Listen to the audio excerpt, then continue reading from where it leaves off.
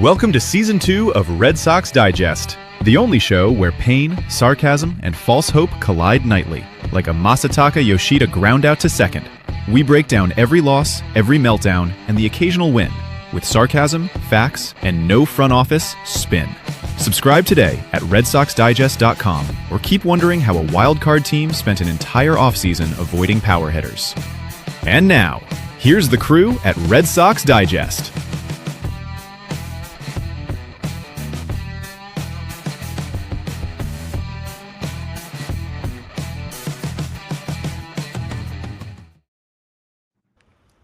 Good evening, everybody, and welcome to Red Sox Digest, your favorite podcast with your awesome hosts that you love so much.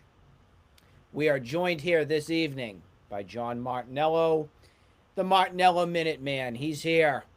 And we have Mr. Third Strike himself, Raffy Devers. Oh, excuse me, Thayer Doyle. Welcome in, gentlemen, tonight to our broadcast, where we'll be diving deep into the series recap here, where the Red Sox took on the San Francisco Giants.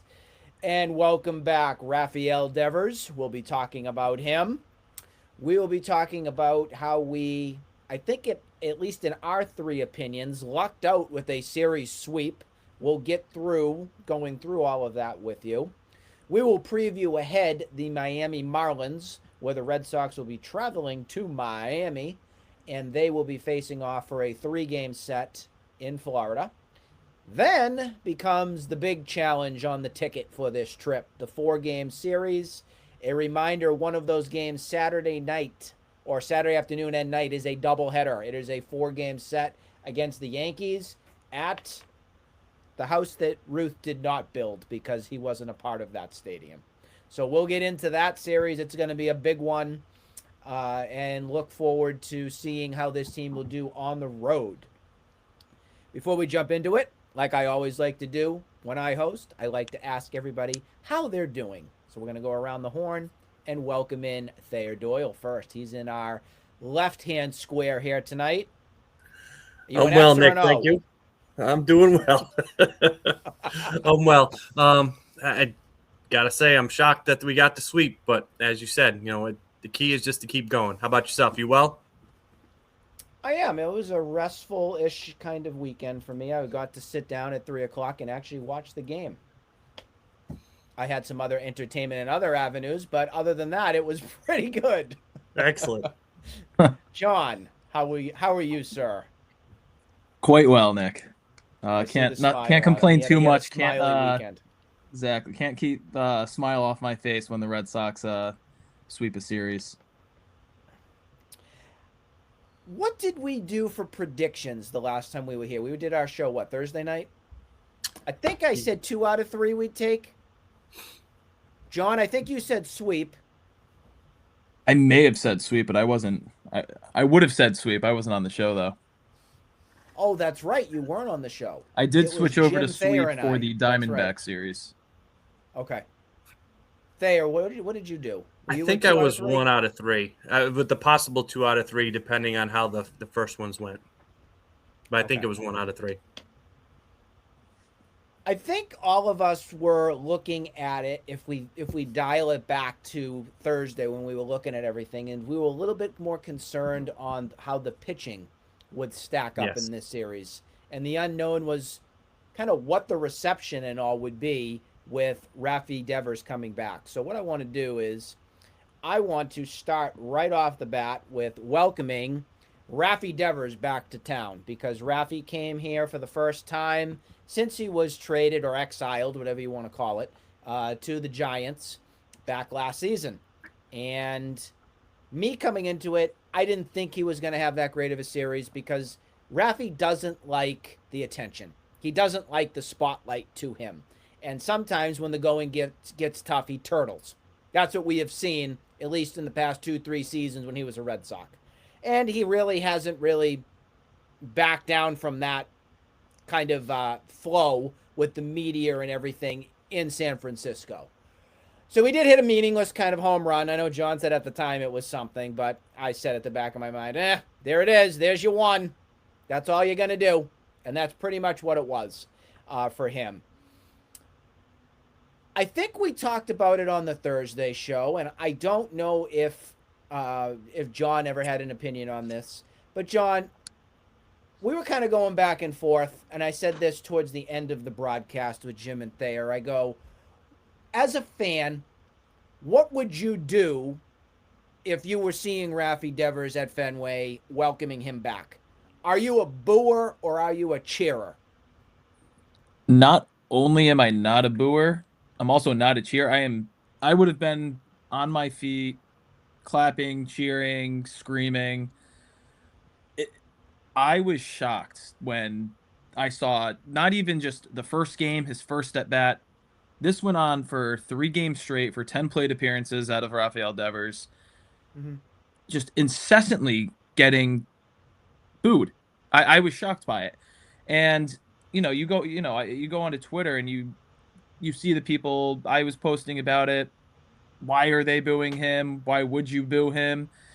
And a lot of it just comes down to what people were kind of just spoon-fed after he was traded away last year, and it was he's a horrible teammate, he's selfish, he's a cancer in the clubhouse. I don't think that any of those things are true, but it was just through WEEI or through the Sports Hub or just through Twitter and other media outlets. It was just pounded down that this theory that Rafael Devers was just a horrible human being and that he didn't care. He only cared about the money. And that's why he was shipped off, when in reality, it was just a salary dump. And so listen, if, when he was here, that last game on Father's Day last year, and he hit that home run against Max Fried, that it eventually won them that game, and which was another one of those sweeps of the Yankees. But did a single person boo him then? No. There's the bad opinions on Rafael Devers only started after he wasn't a member of this franchise anymore. And that's pretty consistent with any player with a big name when they're shipped out of town. It's just a smear fest on, how can we get the fan base to not like this player anymore? And, so I was shocked by it. I guess I shouldn't have been shocked by it. But listen, like I love Rafael Devers. I follow him pretty closely now that he's in San Francisco, and I'm a big fan of his. Watching him play baseball, I think he's a hell of a baseball player. So I was shocked by it, but everybody's allowed to have their own opinion, so can't get mad at somebody else for what they feel. Thayer, what's your stance? I wasn't shocked. I actually figured that it was going to really be more of an indictment of how they felt about the front office. And with the team playing well, I think it became an opportunity to boo Devers instead of really cheering. I think it was more of an opportunity to sort of say, hey, we're not as off at Breslow as we originally were. I think if this team hadn't gone through that July and August and we were in sort of where we were at the beginning of the year, you would have heard a tremendous amount of cheers because it would have been an opportunity to sort of bag on the front office. I think in this situation, it was more of an opportunity to say, hey, we're behind the front office. But I think John is absolutely right. Devers, they as they do with everybody, they smeared him kind of going out the door. I wouldn't have booed, but I don't know if I would have cheered either. I wasn't disappointed with the way he was playing. What disappointed me was his really lack of sort of team first mentality. And at first, I was absolutely behind him when they made him the DH and they talked about bringing in Bregman and moving Bregman to second base. And now suddenly Bregman's going to be the third baseman. I thought front office and Cora screwed that up. I think they blew it from the beginning. And then when Devers wouldn't go to first base after the Casas deal, then it was like, all right, this is on him. The first one is on the Red Sox. The second one is when he needed to man up and go play a little first base. So I'm not shocked. I wouldn't have booed. I wouldn't have cheered. But I think it was really more of the fact that the Red Sox are winning and the Fairweather fans, for the most part, are like, hey, I'm happy. Let's get behind the front office and boo Devers. I have to agree with the both of you. You have some good points. I think the biggest thing for me, I was more neutral on this. I would not have booed. I would not have cheered. I would have been Switzerland throughout this. I just would have been there to watch the game and observe and see what was going on. But the biggest thing on the reasoning for the boos, I want to make sure that that is crystal clear to folks, is that Devers grew to become an entitled, out of shape, overpaid player for the Red Sox. He did. And he refused to do what the team needed. The team at the time was down Tristan Casas, and they were lacking that first baseman type last season. And they had asked him, John Henry specifically flew out to Kansas City to say, hey, this is what the team needs. This is what I need you to do. And he refused to do it. So obviously, Henry didn't like that response, and he was ready to part ways from that point on. And so that's why he got exiled to the Giants. That's where fans have a right to be upset with him. They do. Because he didn't do the team mentality first. It was more him sticking it to the organization. And for Devers, rightfully so. Because they had told him, put your third base glove away, put your first base glove away, you're our DH. And then it turns into, sorry, the team needs this because we have this many people out. We need you to do that. I still, if that was me and my boss or my coworker needed me to do something for me to not get fired or traded or removed, I'd probably suck it up and do whatever I have to do. Devers isn't that type of guy. And the other thing, too, is Raffy Devers would still be here if Mookie Betts and Xander Bogaerts were here. Raffy Devers wanted nothing to do with being in the spotlight. He still wants nothing to do with being in the spotlight with the Giants. So on today's broadcast, I don't want to knock Jason Benetti and the rest of the national media, but they're really out of tune with this whole phrase where they say superstars and legends and beloved. Raffy Devers is not one of those guys, folks. He's not. I'm sorry. A superstar is not what Raffy Devers is. That really irritated me when I heard that comment out of them. And I know it's not meant by them to do what it does to me. I just get irritated sometimes at some of the smaller things.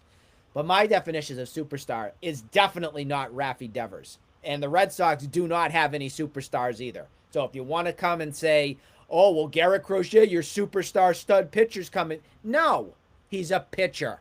Sonny Gray, having a great season. If somebody came up to me and said, oh, look at your superstar stud ace pitcher you have, Sonny Gray, I'd probably knock him out.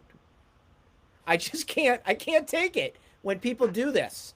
You know, especially when you grew up as a kid idolizing your championship teams with your David Ortiz's, your Manny Ramirez's, your Pedro Martinez's, your John Lester's. That's my upper arsenal of players that I'm putting on my Mount Rushmore.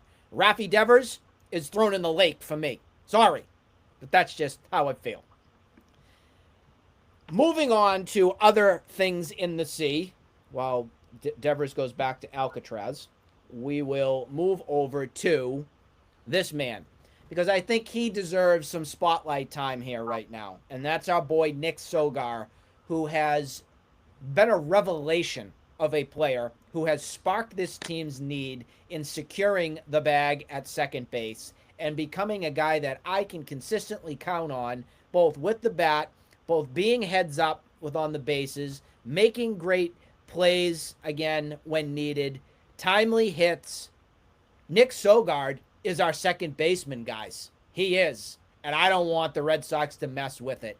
I am that confident and comfortable with what I've seen from him to give him this time here on this pod because I think he deserves it. Let's go to John first. Yeah, listen, absolutely. This is a guy who's, hasn't been able to stick around in the majors for a great since, especially in these last 3 seasons now. I think it was before this year, he's eclipsed at 31 games in a season.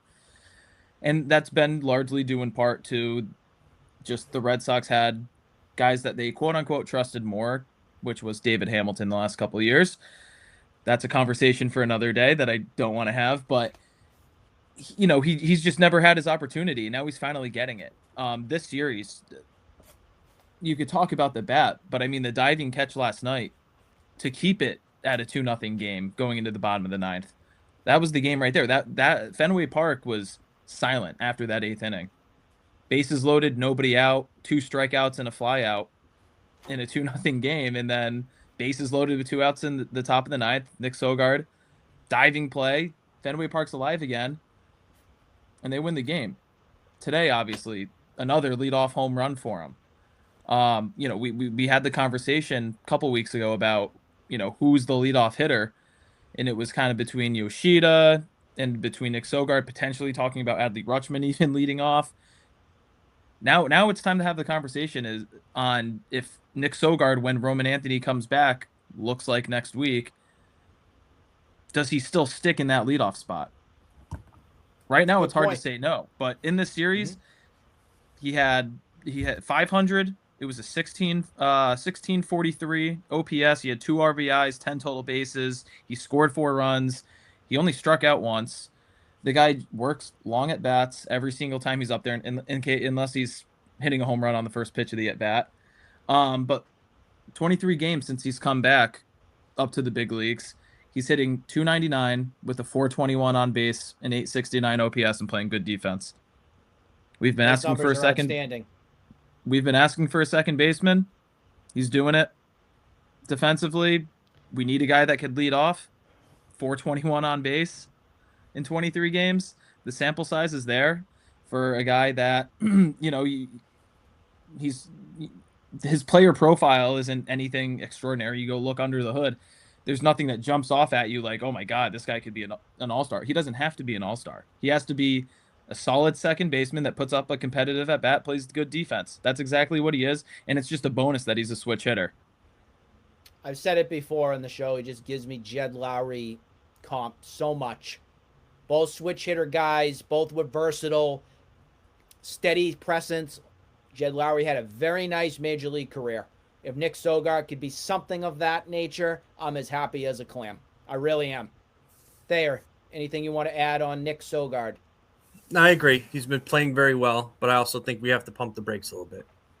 Okay. I think, to John's point, he is a nice baseball player.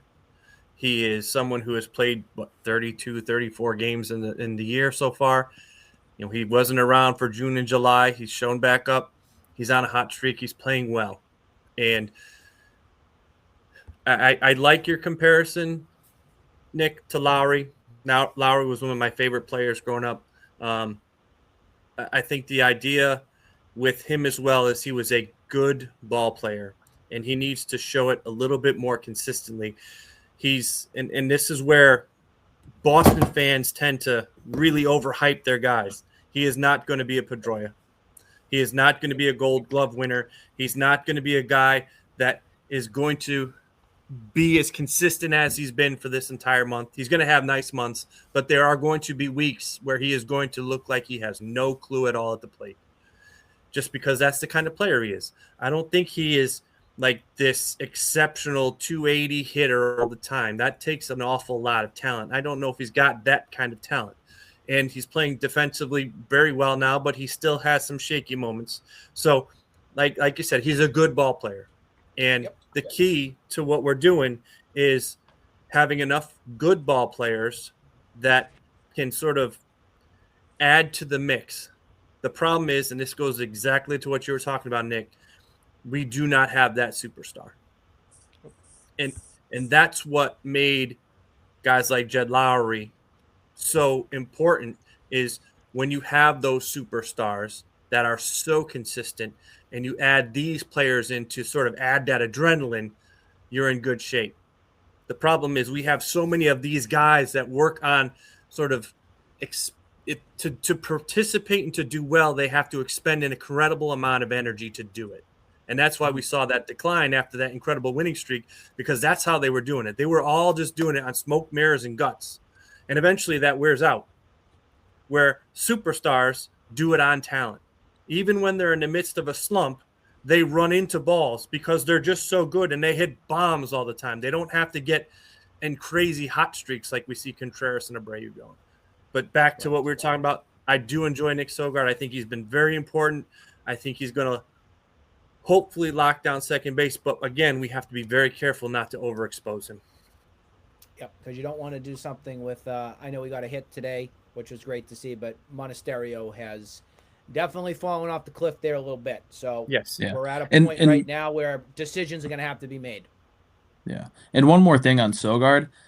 The last 2 years, it's been an 85 OPS plus, so just a little bit below league average, but the defense has always been here. Right now, it's up to a 120 before today. Going into today, a 123 OPS plus. Mm-hmm. Obviously, that's not the player that he is. If that was the player that he is, then, we have another all-star in our hands. But he would have been here much sooner. Exactly. So for him, it's like, if he could be a league average bat, 100 OPS plus, maybe 95 OPS plus, and just kind of hover around that range. Obviously, you're going to have weeks like this or, an extended stretch like this, and you're obviously going to have, stretches on the other end of the spectrum. But I feel like it's not not crazy for me to say, like, he's a league average bat with good defense, switch hitter. Obviously, everybody in the clubhouse likes him. That's a guy that I want playing second base for me every single day. We're going to go back to basics here tonight, guys, as I get my thing back here. There we go. We are now going to go to the third strike. And now, it's time for the third strike with Thayer.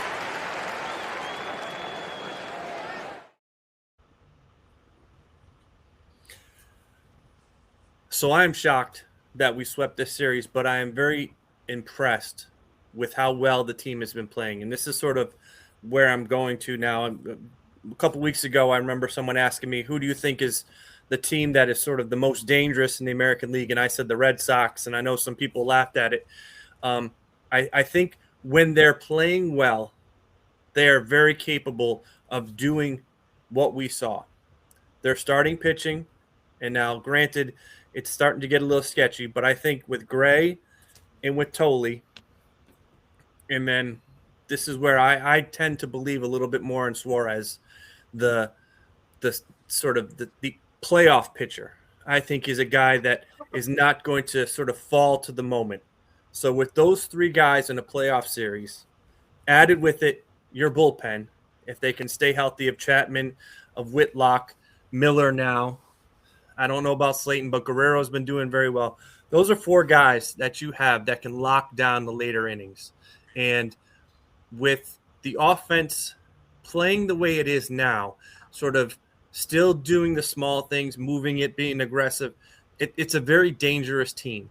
And I think what is so important with this homestand is that I'm not going to say we locked up a playoff position, but we showed that we were capable of coming off that very big winning streak. We had that lull with the losing where everyone started to get very nervous. Are we going to go back sort of the opposite way in that 15-game losing streak as opposed to the 15-game winning streak? And they were able to stop it, and they locked it down. So I think moving forward, what this has done is it has bought us an opportunity to play our own pace going into the playoffs.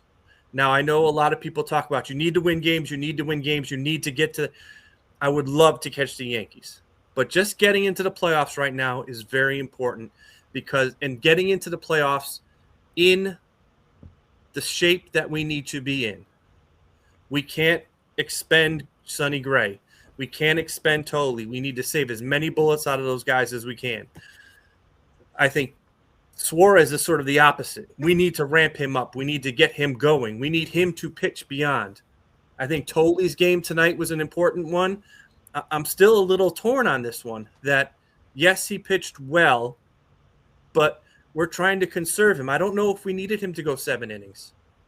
I think getting him through 5 showed that he was capable of it, and maybe we can continue to pitch him every so many days off, get him days off, extend his season a little bit because we are coming to that inning limit.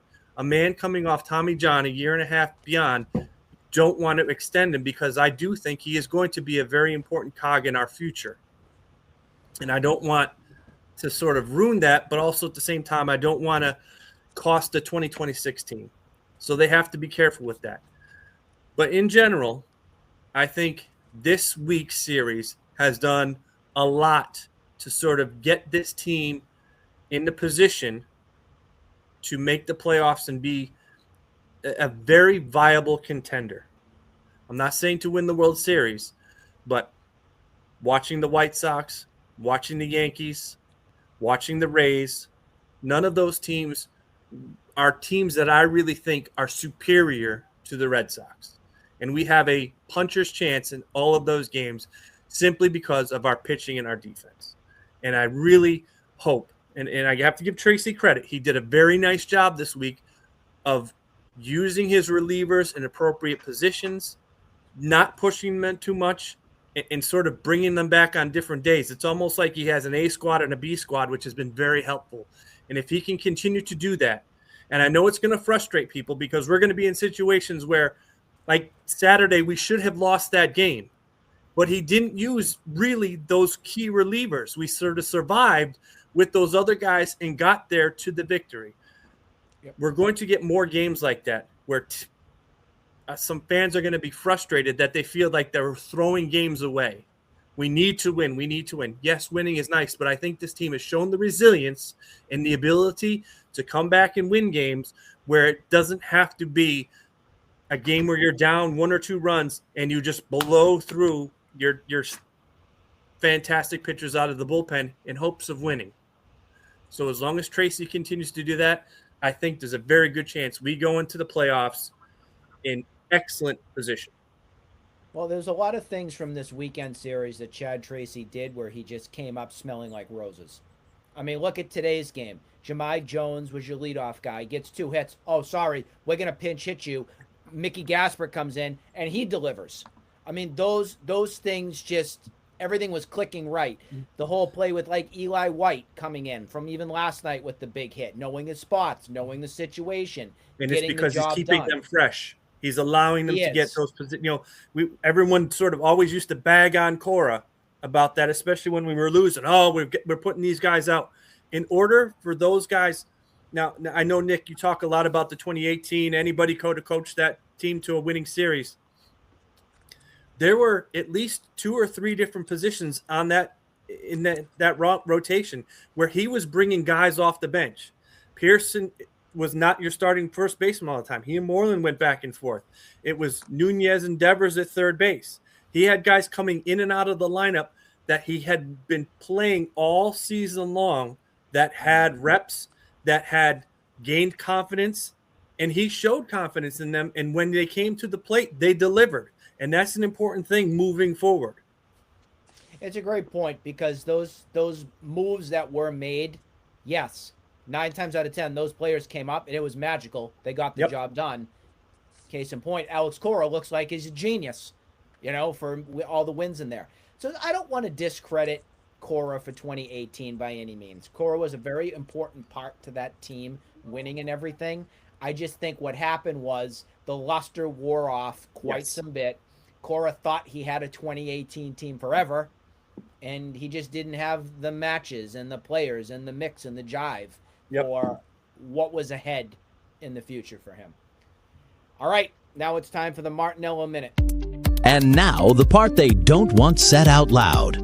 No spreadsheets or corporate spin, just the truth, raw and impatient. This is the Martinello Minute. So listen, the Red Sox at Fenway Park. Thank you. The Red Sox at Fenway Park earlier this year, obviously it was terrible. They looked lifeless at home. We had comments from our leader, IKF, talking about how there's just too much. I don't remember exactly what the comments were, but not things that you'd like to hear out of a guy that signed on a 1-year deal. That's supposed to be evidently a leader on the team, but first 37 games of the year, they were 12-25 at home. It was the worst home record in baseball. It was the most losses in baseball at home at that, through that many games. Starting on June 25th, since then they've played 29 games at home. It's 22-7. It's the most wins across the major leagues at home. It's the best winning percentage at home in the major leagues. I can't emphasize enough just how important that is to just know that if I'm playing at home, I have just the confidence that we are going to win this game, no matter who's on the mound, who the opposing pitcher is, who the opposing team is. When the Red Sox are winning games at home, we saw it last year, they are a completely different team. As an opposing pitcher at Fenway Park, when that stadium gets loud, when fans start going crazy, when you have just whole 360 degrees of fans doing tarps off, that whole stadium just closes in on you. The Green Monster feels like that it's 250 feet away, not 310 feet away. The pesky pole feels like it's 150 feet away, not 8 feet away, whatever it is. It's a small stadium that gets a lot of people in there. And when they're loud, it's an incredibly hard environment to play in. You even saw it today. Aroldis Chapman in the 9th inning with 2 strikes. Him and Rutschman had to do a mound visit because he couldn't hear. And that's the last out of the last pitch of the game, last strike of the game. It's a very, very, very terrifying environment to play in when the Red Sox are playing well there. We saw early in the year when they weren't playing well. I mean, it was a quiet stadium. Teams were beating up on us there. It wasn't fun for us. We didn't want to go to a game. And it's hard to get fans that are Red Sox fans into that stadium when they're not playing well. And obviously it's a completely different story, when they are. But just, that run that we had, a lot of it was on the road. It's really nice to see that they're winning these games at home too. And, they're not easy games either. All 3 games in the series, comeback wins. On Friday, it was a 1-run comeback. Yesterday, it was a 2-run comeback. Today, it was a 3-run comeback. Speaking of comebacks, going into the All-Star break, the Red Sox hadn't come back from down 3 runs once this entire year. They're tied Major League now. Since the All-Star break, they've come back 3 times down 3 runs, and they had that 1 4-run comeback against the Rays during that 15-game win streak. They have the second most amount of sweeps in the major leagues with 11. I think they had 3 sweeps before that stretch of wins came. They have more sweeps than the Dodgers. They have more sweeps than the Yankees. They have more sweeps than the Cubs. The only team in Major League Baseball that has more sweeps than them is the Rays, who have the best record in the American League. They win. These guys win. They had a 2-7 or 2-8 stretch, 3-7, whatever it was. Before this series. Outside of that, last 51 games, or now 52 games, they're 39-13. The last 2 times in Red Sox franchise history, they've had that record in a 52-game span. 2018, 2004. Just to throw that out there when we're in 2026 and the American League is what it is. And then finally, just the second half that has been so magical for the Red Sox. They're top 5 in the American League in batting average, on base, slugging, OPS, runs, doubles, home runs, extra base hits, and total bases. So for an offense that was struggling to find their identity for this entire season, they've found it, and these guys are playing out of their minds from all aspects of the game. And it's just not just a 9-man effort. We've been talking about it. It's guys coming off the bench every single night. It's not just the home runs. It's not just the doubles. Guys are putting the ball in play. Guys aren't striking out. Their strikeout numbers have gone down about 4% from the first half to the second half. On base climbs that way. So just, everything that these guys have done over, since the All-Star break, it's been a complete turnaround. And a lot of the credit does go to Chad Tracy because he's been able, him and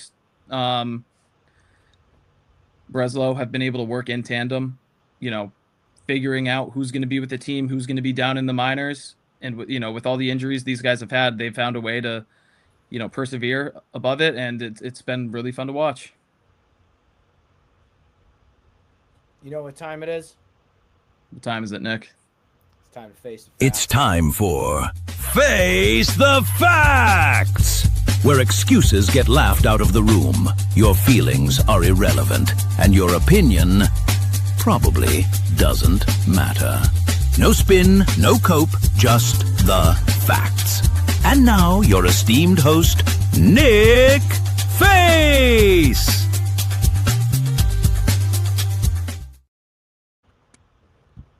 I need the center. There I am. Yes, I stayed last. Usually I go first when Jim hosts, but I felt, why not save the best for last with my statements? No, John, I am not going to crap all over your statements from everything you said, so don't worry. You're good. All is good in the land. What I do want to talk about, though, is something that I feel deserves some attention, and that is our lovely MASH unit will be returning to a theater near you. If I can find my image. There they are. The enforcers, they're coming, whether we like it or not. Now, of course, when I do my graphics and I do my work, I always have a way of going about my business. Case in point, why do you think Roman Anthony is number one on my Mount Rushmore here? Well, that's because we care about him the most, and we want him back here as soon as he's ready. I put IKF in the bottom left. He's my number 2 guy that I'll take back. And then the one I want to drive to the airport tonight, hopefully, for his ticket to Siberia, that he'll never come back again, is Trevor Story. Unfortunately, that is going to be very unrealistic. So I am preparing myself for all 3 of these guys to be returning in the very near future. We heard a report that said Roman Anthony will be coming up to do his rehab in Worcester starting, I believe, tomorrow is the plan, or Tuesday. John or Thayer can confirm on that. We have an evaluation day tomorrow for our IKF and Trevor Story. They are returning to Boston to figure out what the plan is moving forward. And I'm worrisome on that front, guys, because Chad Tracy did come out after the game today and said it's very difficult to rehab 3 guys down in Worcester. So my money is on somebody of the IKF or Trevor Story front is taking that flight to Miami right now. Do we have any confirmation on if any of those guys are on this flight right now? Because I am very nervous that Trevor Story is our shortstop starting tomorrow. Anybody want to take the lead? I haven't heard anything at all, but actually just kind of going back, none of the 3 of them have really been producing. We Correct. Heard the monster. So that was kind of, and I don't want to jump in your space here, but I think that this week of winning has been beneficial to the fact that it might buy them a little bit more time down on the farm to recoup and to rehab better, as opposed to bringing them up now. Because if they bring these guys up and they're not ready, and we talked about it before, Story rolls into this place 0 for 4 with 3 Ks, it's going to be an open season. Yeah, I go ahead, John. Go ahead. No, I was just going to say on the front that I find it surprising that they had already figured out on Roman Anthony what they wanted to do with it, and I found the comments surprising on what they're doing with IKF and Story. That was the reason why I wanted to have this up for a conversation. It's not the fact that these guys aren't coming back. They are. It's about when they're going to be back. And I don't want these guys rushed up here. Specifically Trevor Story. I personally would rather see Trevor Story not come back until at least rosters expand. Because I don't want to part with a Nick Sogard. Like, would this team send? I would only hope not. Tony Sigler probably would be the guy would go first. Then there's this whole thing with Roman coming back. What are you going to do with Eli White? What are you going to do with Jaron Duran? What are you going to do with Jahmai Jones? I don't really want to part with Eli White and Jahmai Jones. I guess I'd say sayonara to Duran, but that just I don't think the Red Sox are going to go down that front there. So that's why I think maybe 2 of these guys don't come until September 1st. Yeah, so earlier today we saw a tweet from, I'm sure all of us have seen it, from Hunter Knoll. And, yes, you know, he covers the minor leagues, all, you know, from the FCL all the way up to Worcester. And go through his page, you're going to have a really hard time finding him say a negative word about anybody ever. Agreed. He put out a tweet today, and I'll just read it.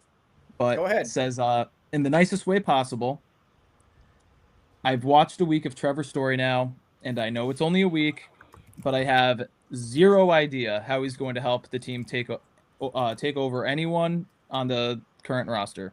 He's brought nothing positive to the table on the field in Worcester. The at-bats are brutal. I haven't gone into I haven't looked at what his numbers are specifically, during this rehab assignment, but I'll take Hunter's word for it. I can't imagine the at-bats are great. I saw another tweet earlier today, just like the StatCast Gamecast view of an at-bat, and it was a strikeout where all three swings are on pitches that are at least 6 inches out of the strike zone. So I think we could all picture in our minds what that looks like with Trevor Story. There the tweet right there. I'm just going to expand it so that's telling. If a guy like that is putting that out there, I'd get very concerned about where Trevor Story is at right now. So when it comes to him and IKF going to Boston tonight or tomorrow morning, whatever it is, and doing their evaluations, if one of them's going to come up, I hope that it is IKF, just because that gives Chad Tracy somebody to throw in for Monasterio in a game when you need defense. It plugs a hole that that you don't need in the lineup every single day. But Trevor Story, I'm not excited for all of a sudden. Where I'm not going to say I was excited for him, but I was definitely ready and kind of at ease with him coming back into the fold of things. We like where Nick Sogard, but we got to go back a tweet. to, yeah, okay, there we go. We could keep looking at that. But I yeah, would love to. I'm concerned here. I mean, Thayer, you said it. If he comes back and the bat isn't at least league average for the first couple of games, first week or so, what are we doing? We're trying to make the playoffs. We're 3 games behind the Yankees. It's kind of out of the picture, kind of not. You're 6 games behind the Rays. Like, the division's not. You get one hot week and they come back down to earth for a week. You have a shot at the American League East division all of a sudden. So Trevor Story, I can't say that I want him back now, and I don't know what his timetable looks like for how long you could keep him on a quote unquote rehab assignment, but I'm fine with IKF coming back. Trevor Story, I don't know.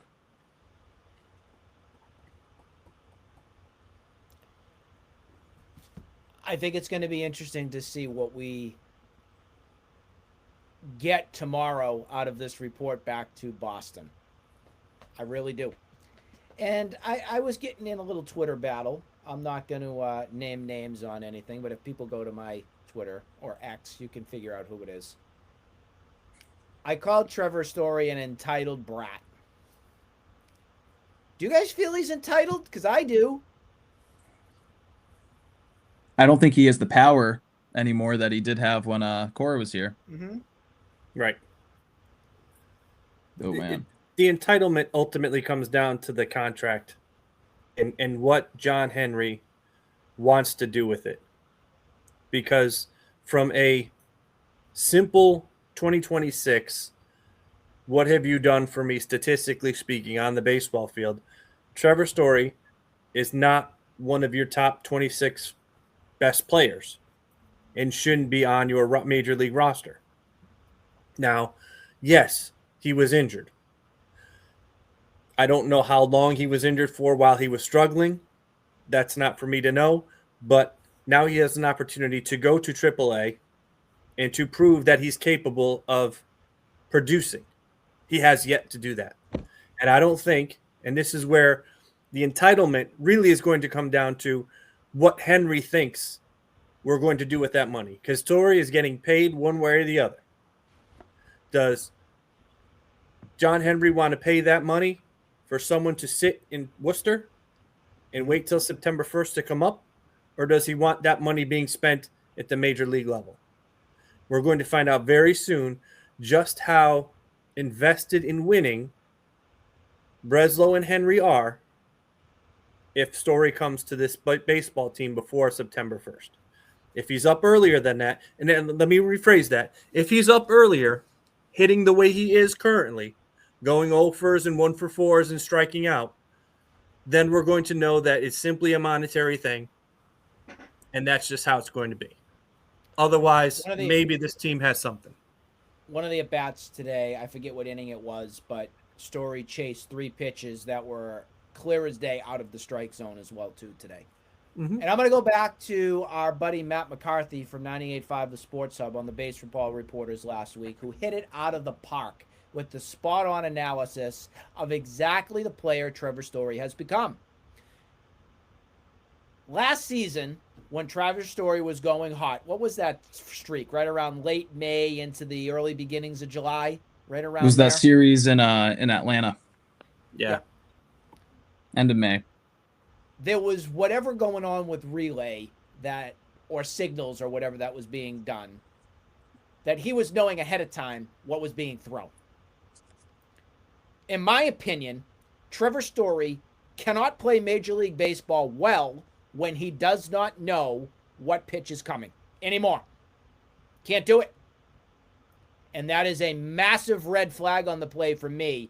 And that is the number one reason why I don't even want Trevor Story back on this team. I don't want him with the Red Sox again, period. I'll even come out and hit it right now. I don't want him here. I have never wanted him here, and I don't want him back. So if it were me, his bags would be packed, and I would tell him, go home. We don't need you. Thank you. Bye-bye. And deal with it in the offseason. But I don't think the Red Sox are going to do that. That's just how my style of being Mr. GM, putting the hammer down, I would go. What do you think on that? Do you guys think that that's a valid take? Because I thought Matt McCarthy was spot on. Yeah, he's one that I'm not typically. I'm not the largest fan in the world of him, and a lot of the times I disagree with what he has to say. But his Trevor Story take, I think I watched it like 3 times last week, and I was like, damn, like every single. Yeah, he knocked it. You said it. He knocked it out of the park. It's spot on. We saw it through 2024 and through 2025, the beginnings of it. Constantly, everybody knew that you beat him with fastballs. He was incapable of hitting fastballs. That the only time he made contact was when they threw something off speed, and it just sort of went into a swing path. He cheats too much. He gets going too early on the fastballs and has no ability to do anything about it. That's why he gets beat up with fastballs, and he's always flailing at the breaking pitches away because he's out in front cheating, trying to open up to get there. So, yes, I wouldn't be shocked if there was something along the lines where he had an idea of what was coming, which allowed him to be more successful. Can I be mean for a minute? Well, I'm going to be mean anyways, so I'm just going to go with it. That's why Alex Cora and Trevor Story were a match made in heaven. Ha ha ha, below the belt. Both a bunch of cheaters. Moving on, we are going to go next to everybody's conversation right now, and what we're having is rotation, rotation, rotation. That's what needs to lead us to the promised land. And we are on the dog days of August, as we all know. Many of these guys are at their innings limit. But what I did here with my graphic, as you know, I always have a method to my madness. I ranked from my 1, 2, 3, 4, and 5 guy. Did I really want the 5 guy in there? Not really. But I don't have another choice right now. So it is what it is. Here we have Sonny Gray, Peyton Tolley. And by the way, I just absolutely love that picture of Peyton Tolley. It's my favorite one of them out there. That is just classic. Just fantastic. And then I could have put the Chalupa in there instead of Ranger, but I didn't want to be that cruel tonight. Jake Bennett, who keeps on surviving. He's that theme song, I'm a survivor guy, keeps going. And then Patrick, I don't like any Sandoval as my 5 guy. Let's have a conversation about the rotation, guys, because we're at a point right now where we are probably a little concerned where we're at with how we got to get through September with some of the results that we have seen recently for some of them. So let's hit it with Sonny Gray first. Do any of you guys have any concerns or discussion points that we want to reach with Sonny Gray? I don't think I have any concerns. I would like to see an opportunity for him to limit a little bit of his innings going forward to save some of those bullets for the playoffs. But I would say, Nick, from your graphic, there's one very important omission that I would put probably right between Bennett and Suarez. Yes, I agree. And I think that is going to be the way this team works down the stretch. That it goes with a 6, we'll call it pitcher rotation. Not necessarily starter, because you're going to have to get an opener for the first inning all the time. But I think Brian Bayo is going to play a very important role in maintaining a lot of these starting pitchers' availability come playoff time. John, go ahead. Yeah, I mean, Sonny Gray this month, it's 25 innings, 22 hits, 6 walks, and 25 strikeouts. In there, it's also, I think it's 8 runs. It's a 2.16 ERA this month. And I think that over his past 4 or 5 starts, he hasn't been as sharp as he typically has been throughout the year. There's been a lot more traffic than there was earlier in the season. But again, it's a 2.16 ERA through 25 innings this month. Yep. The numbers under the hood aren't going to be as happy with it. But then again, Sonny Gray's been in this league for 16 years. Nobody knew what FIP was 16 years ago. He's an old school pitcher who all what he cares about at the end of the day, did my team win the game or did they lose the game? Sonny Gray's tied for the Major League League in wins this year. He's 16-3.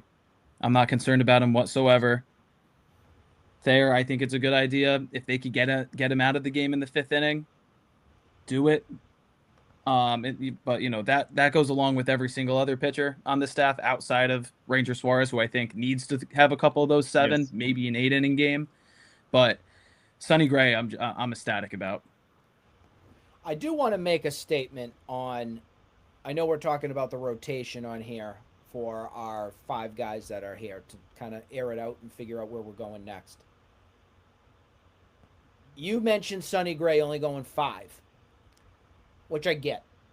Our problem that we have right now, though, is depth within our bullpen without Whitlock and without Justin Slayton and guys that are probably hit that wall more in the bullpen probably than even in the rotation a little bit. Mm-hmm. So I am nervous with cutting starts short, with overexposing the bullpen, which is drained right now. And I didn't put the bullpen guys up there, but I know they're a big component to all of this with the rotation guys being there. But I need more out of some of these guys in particular in this rotation right now. Totally agree. And that's why I think Suarez, and I would say Bayo, and I know you hate it, but Sandoval, you just expand him. No, I agree on it. Those are the guys that have to expand. Totally, you try to reduce. I think yes. Gray he's a veteran. He should be fine. Bennett, I think they have to be very careful with. I don't even know if I consider Bennett a playoff kind of pitcher for me. He's not going to be a starter if he's there. Really what this comes down to is the offense. And I mentioned 5 innings. So when I talk 5 innings, I'm talking 5 innings the way we have been pitching lately, where every single pitch matters. If we get a couple more of these blowouts, Tolley, and you can leave Gray in there, they don't have to pitch with such aggression. They don't have to throw 100. Throw the ball 93, 94, 95, throw it over the plate, get some more ground balls, put a few balls in play. You give up a few runs, that's fine.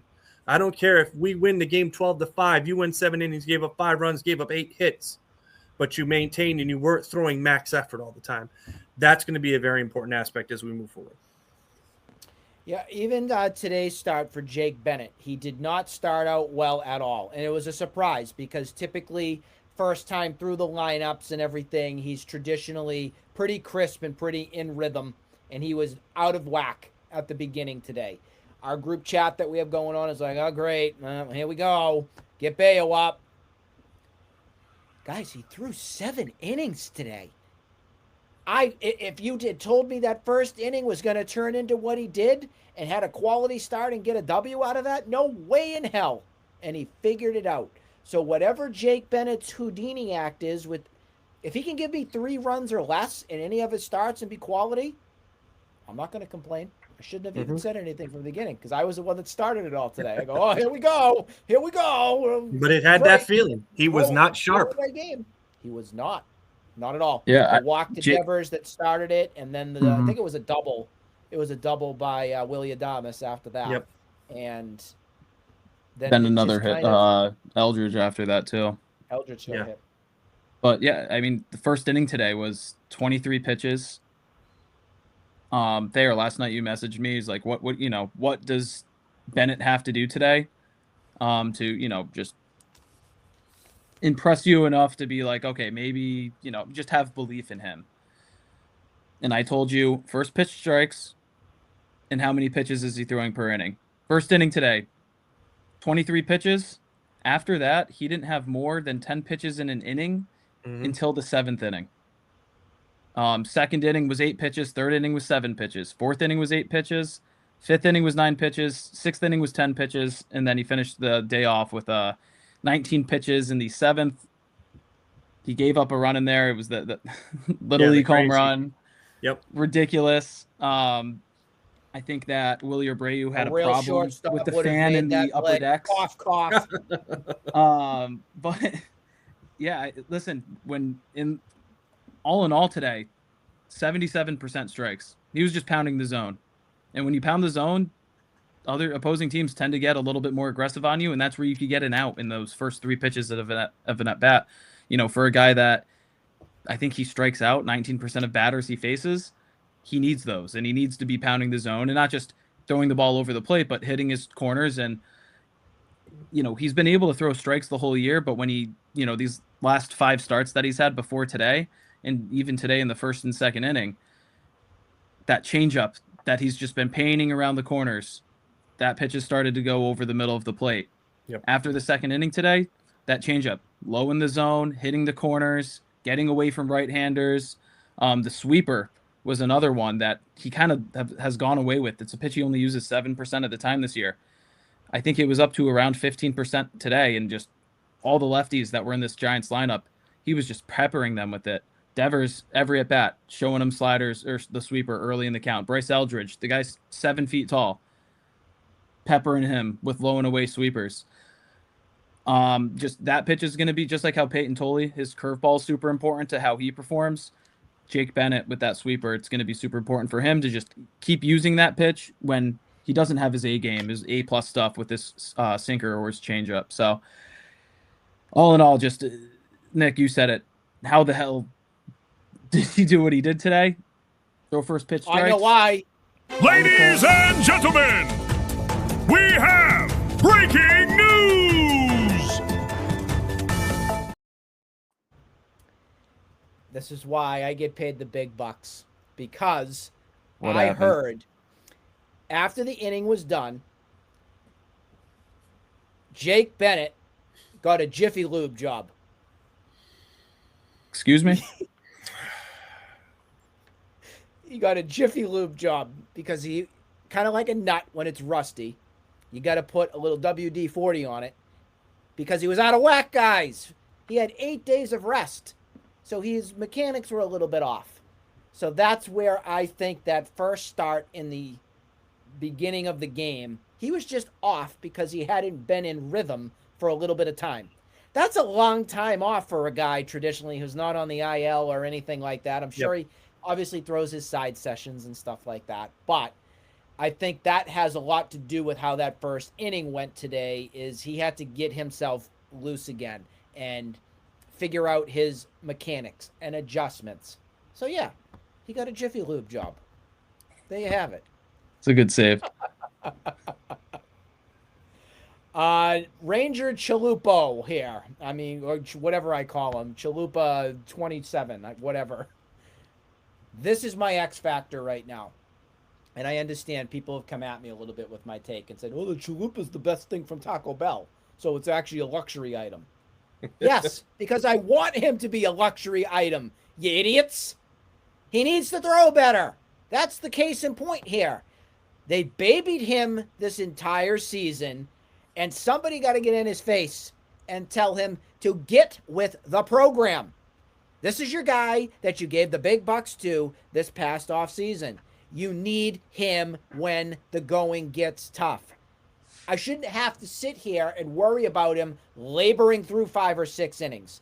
It should be automatic, and it's not, because for whatever reason it is with Ranger Suarez throughout his career, some sort of switch doesn't go off. And I know he's had some postseason success, and maybe I'm just overreacting. It goes off in the postseason because it's the regular season. And maybe when the postseason comes, that's when he shines. But it's infuriating right now to watch him throw and be a pure bag of garbage at times when he's throwing, because he's better than what you're seeing. Mm-hmm. It's absolutely frustrating. I totally get it. And I think it's imperative now that they just extend him. It doesn't matter. He's got to just build up those pitches, get to 100, get to 110. Because all I've heard from people that I know with the Phillies organization were that when the lights are the brightest, this guy's blood pressure goes down and he produces. So that's ultimately going to be what makes or breaks this year for him. Because from the standpoint of the season, it's been a lost one for him. He's come out. I know you made this point last time. I don't know how this man, of all the starting pitchers in our rotation, how he was the all-star representative for the Boston Red Sox. It's staggering. But he was. So he's capable of it. Now, he's got to make his money in the playoffs, and we need to see him ramp it up.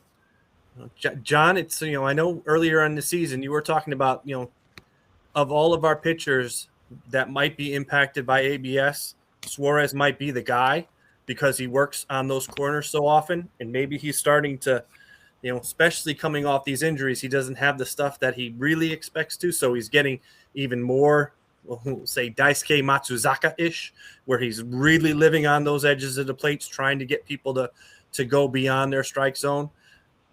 I do hope that as he develops coming down, they have to extend him. They cannot continue to baby him. He needs to be able to be in the situation where come playoff time, he is a 6 to 7 inning pitcher. Careful when you mention Daisuke Matsuzaka, because you don't want to be in the same realm of Tom Caron like he did last week on Sunday. Don't be a Tom Caron awesome. Now. Oh, you weren't talking about Masataka? I was not talking about the Macho Man. I was talking about that pitcher that loved to second base. Mr. 3-2 count. That's who I was talking about. So I'll say this on Ranger Suarez. Obviously, this dude's made his career out of the postseason. He's been there, I think, every single year of his career. 42.2 innings. It's a 1.48 ERA, 4-1 record. That's all great, but we still have a job to do, obviously, over the next, I think, 34 games or so for the rest of the year. Nick said it, Thayer said it, I've said it, Jim said it, Tom said it, everybody said it. We need him to start getting, we need him to throw 6 innings or more. And, we're starting to see him get back up into that being in the realm of possibilities. His last 2 starts, he's gone 5+ innings. His last start was the first time since June that he threw 90 or more pitches. In that June start, it was 6 innings, and that was the last time that we've seen him out there. Into the 6th, outside of his last start, which was against the Diamondbacks the other day, where it was 4 earned, which was just really off 1 pitch, that grand slam. But, his last time out, 5 1/3 innings, only 3 strikeouts, but he threw 93 pitches. So going into tomorrow in a game, which we'll get into it in a couple of minutes, but I'd expect him to be 0 restrictions whatsoever. Go at it. You're out there until the wheels fall off, or, he gets hurt again. But I think that, throughout the rest of the year with Ranger Suarez, it's just going to be the leash is off and go get him until you can't anymore. You just make everybody feel so much better when you have that voice of reason to you with Ranger Suarez. You just do. I get all the butterflies and good feeling vibes and everything when it comes to that. Not. Anyways, anything else that we want to chime in here with our rotation? We kind of went over Bennett. We all know about Patrick Sandoval. I must say, last night, yes, was I infuriated at times with Patrick Sandoval. Guilty as charged, 100%. But he gutted through it, and he only gave up 2 runs. And I'm not going to complain on that front. No, it's so harder, dude. He's doing everything you're at. He is a human being with breathing that can throw the ball. And as long as he keeps you in a game, that's all you need. Yeah, and I think that we've been spoiled all season with how well the pitchers have been from game 1 through today. And we kind of have forgotten that a number 5 pitcher is supposed to be, or is normally, a 4.5 ERA, type of guy. That's just really, he could get the job done, but he's out there to give you innings. And that's what Patrick Sandoval is. And again, Nick, you just said it. Yesterday, we were, 2 innings into that game. Even in the third, I think he got out of the bases loaded jam. It was. I can hear myself now. It was ugly. It was really ugly. And honestly, the entire start was really ugly, but he got the job done. And, you look at the stat sheet afterwards and you're like, oh shit, that was a good start. So I like that version. I'd rather you scare me than give up 7 runs like he did in Pittsburgh. But yeah, listen, if he could give you 6 innings, 3 or 4 runs given up on any, on an average start, that's a winnable ball game. Not too much anyone can complain about out of your number 5. All right, it is time to look ahead to the Marlins. The Red Sox will be traveling. They probably already flew out, probably landing already there in Miami right now. We have a 3-game set. Weird start times. It's 6:40, so a little earlier than usual. Your first game has Ranger up against Sandy Alcantara. Then you have Peyton Tolley versus my favorite pitchers of all time, the TBDs. Be interesting to see who they throw for the Marlins. And then I am so thrilled about this, guys. You knew I was going to mention this game on a Wednesday because that is your traditional getaway game. It is not a 1:40 start. It's a 6:40 start. Hallelujah. So that's our 3-game set here. Let's get into it on figuring out where all 3 of us hosts think the team will be at throughout the series. Let's lead it off with John. Yeah, so what really intrigues me about this series is what the Red Sox are doing from the pitching front.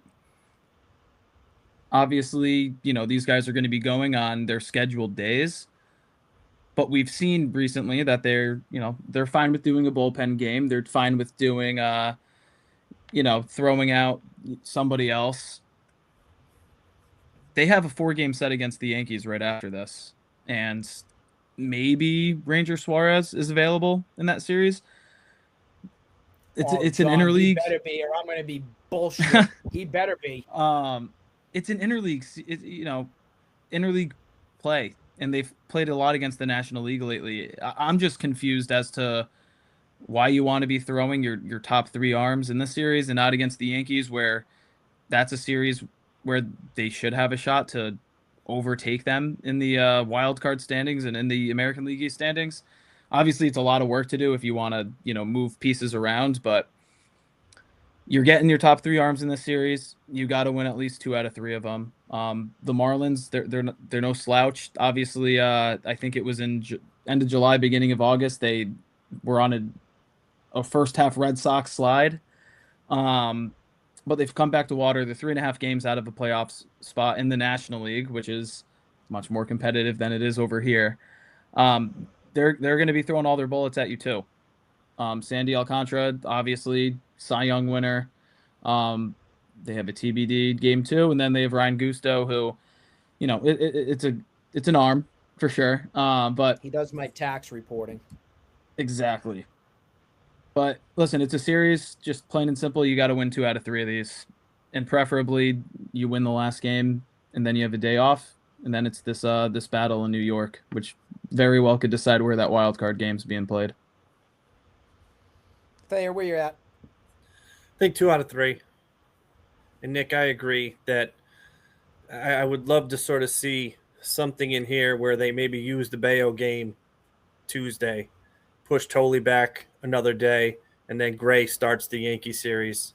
At least knowing you can get Gray in the Yankee series and Suarez can come back in that Yankee series. I think what they're looking for here, I think I'd rather have Sonny Gray and Ranger Suarez than Ranger Suarez and Peyton Tolley on the back end of that series, because you're going to probably see them Saturday and Sunday, which is unfortunate.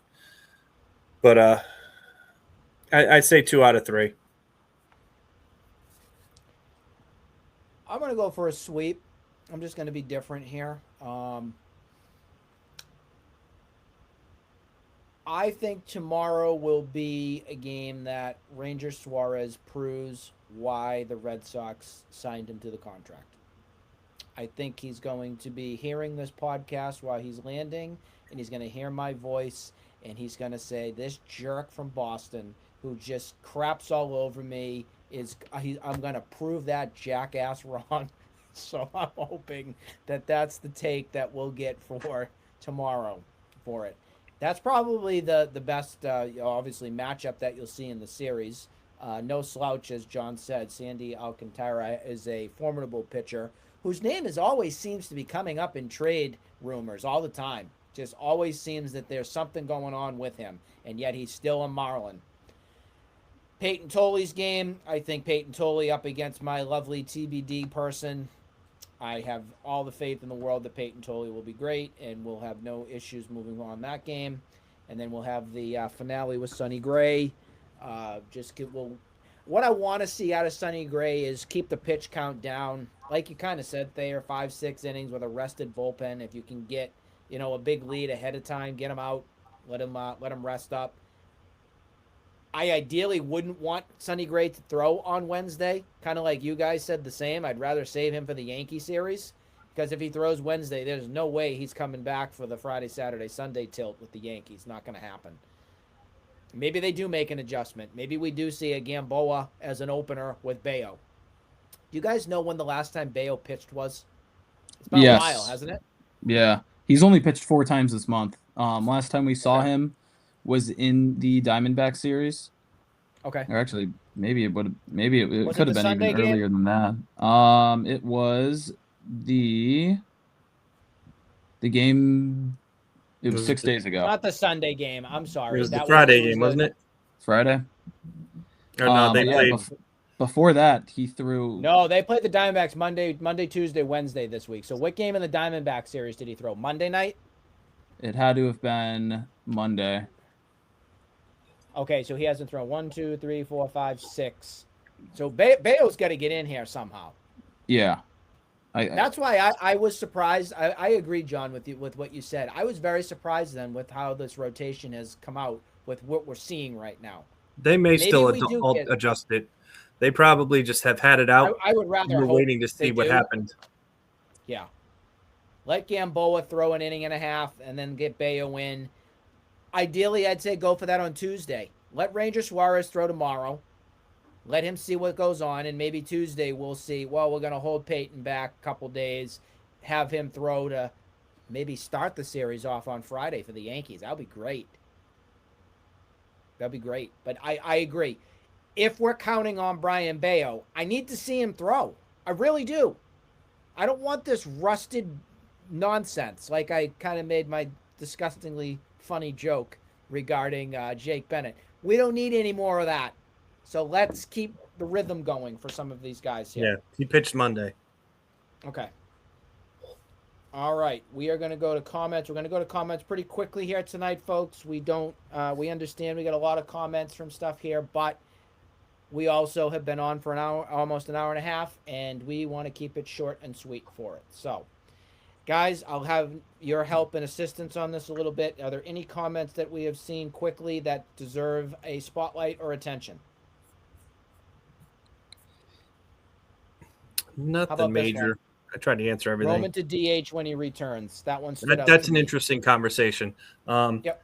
It's sort of it depends how you want to look at it. I think if he goes to left field, if he starts in left field, you have most likely it's going to be Duran and it's going to be Jones platooning at your DH. And then you still have White to play as a defensive replacement in left field, but also to give days off to Abreu and Rafaela. If you put him at DH, he locks down the DH position, and you have Duran and White platooning in left field. And now Jones is kind of left out on an island where he's simply because he's not really good enough defensively to go in and sort of spell Abreu and do those sort of things that you need him to do on a more than relative regular basis. So I would say as a team, as a lineup, it's better locking down left field with Anthony and allowing Duran and Jones to DH. And heck, if things aren't going well for Duran, if he slumps, you still have Gasper and you have other opportunities to do that, where if you have Anthony at the DH, you really just have Duran and White to play left field. Yeah, and I think everything that you said, spot on. But especially that first week or two that Roman does return, I don't think it's much of a, headache, because we're gonna see exactly with him that we're seeing right now with Adley Rutschman, where he's gonna play in the field for a day, he's gonna DH for a day, they're gonna give him a day off. That's probably what the cycle's gonna be for the first 10 to 12 games that he's back for.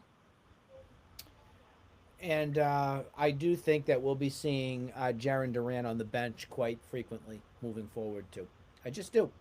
I have more faith right now in Jahmai Jones and Eli White playing a little bit more. I'd rather play them. I truly would. I've given up with anything on Duran. I really have. I know he's at like a 270-ish clip over the past, 30, 35 bats or something like that. I just don't. I want to be done with it. Kind of like with Story. I just want to be done with it. Move on. Focus on the good that's there and just get out of my life. It's just kind of how I felt on it.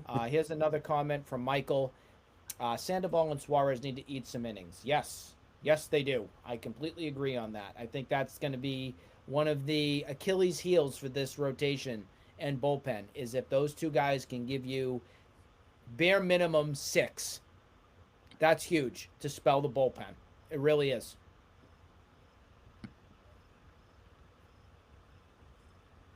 That was probably the extent. I like this one here.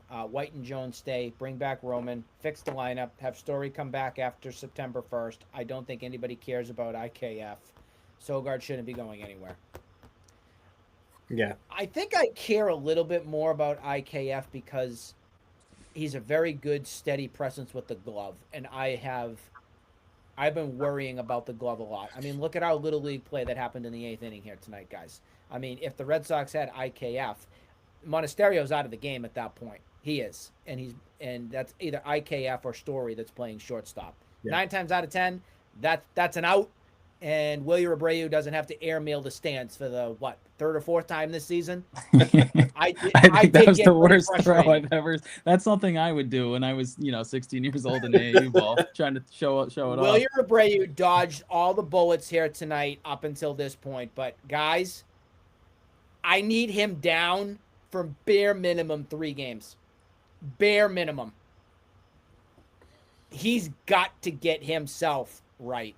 It's upstairs right here. The home run long ball swing ain't going to cut it with me anymore. And Wilson Contreras, same deal to you too. You've been wonderful this season. This is not me knocking on you. This is me being the critical podcaster looking at things to help improve the team stance right now. Yep. Stop with the long swings. That is where the trouble begins with those two guys. Because I don't want that. I want line drives. I want driving the ball with authority. I don't give 2 craps how far and long your home runs go. I know Wilson Contreras hit probably a 500-foot moonshot, which was Friday night. I get it. But you know what? At the end of the day, I don't care.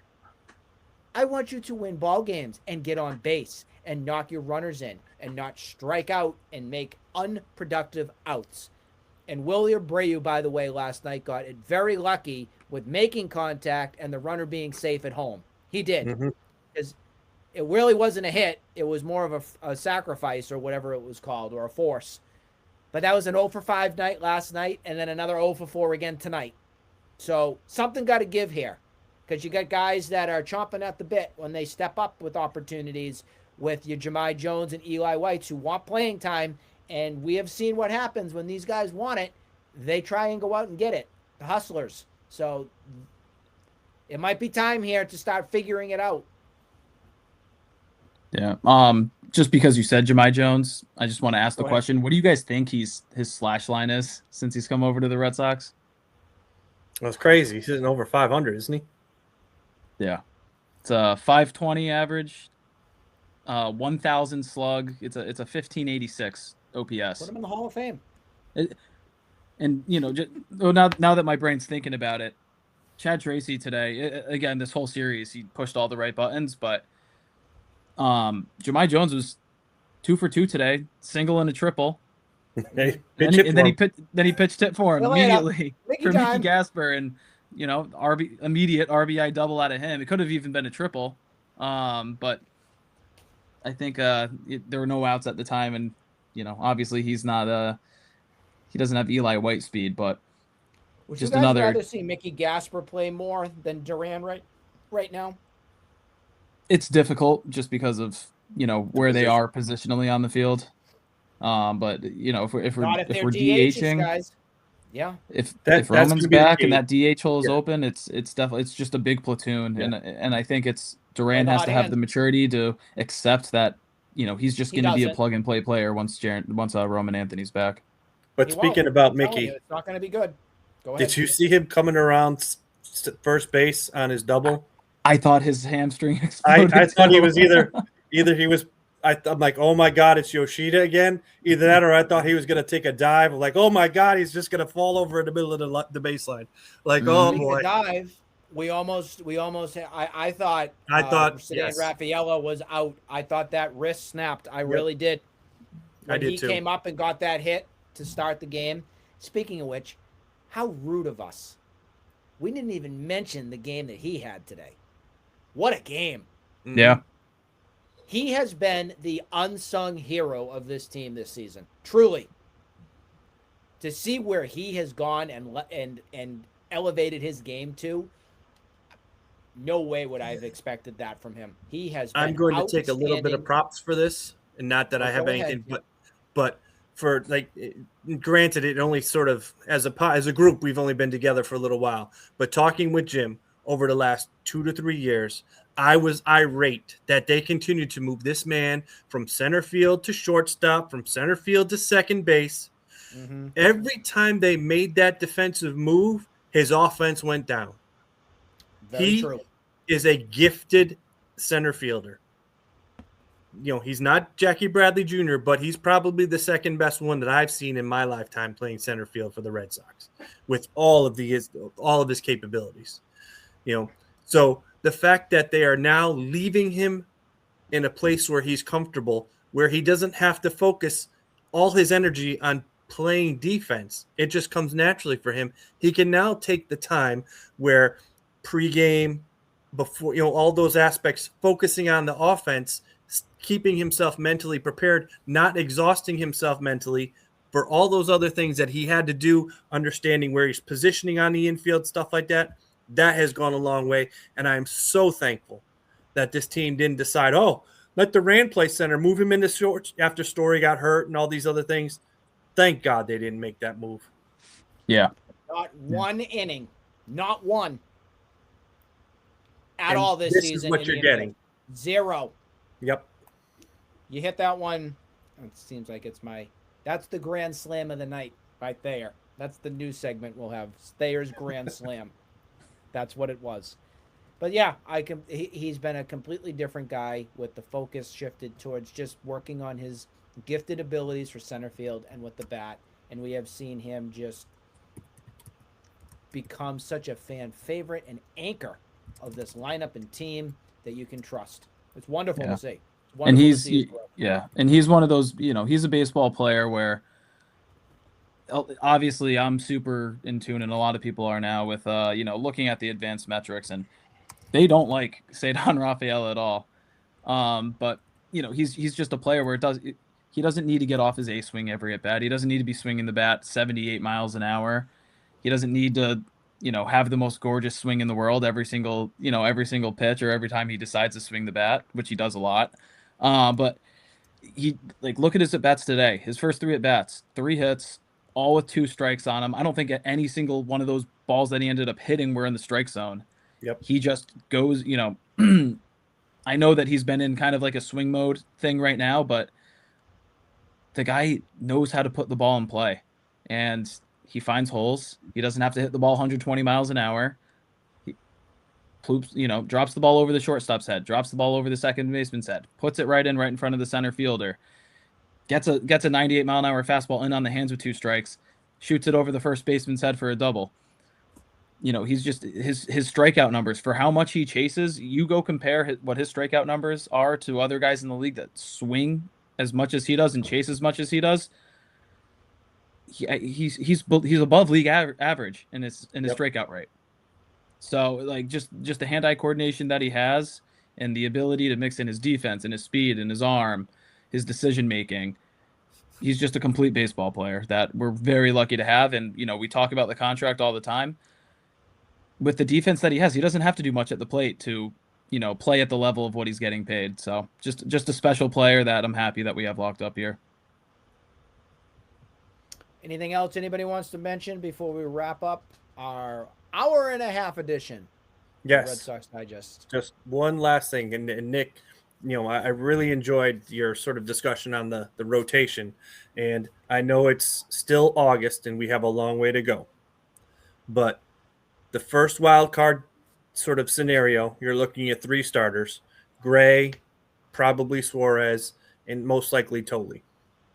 Now, we've been talking a lot about players that are going to come back and have an impact on this team.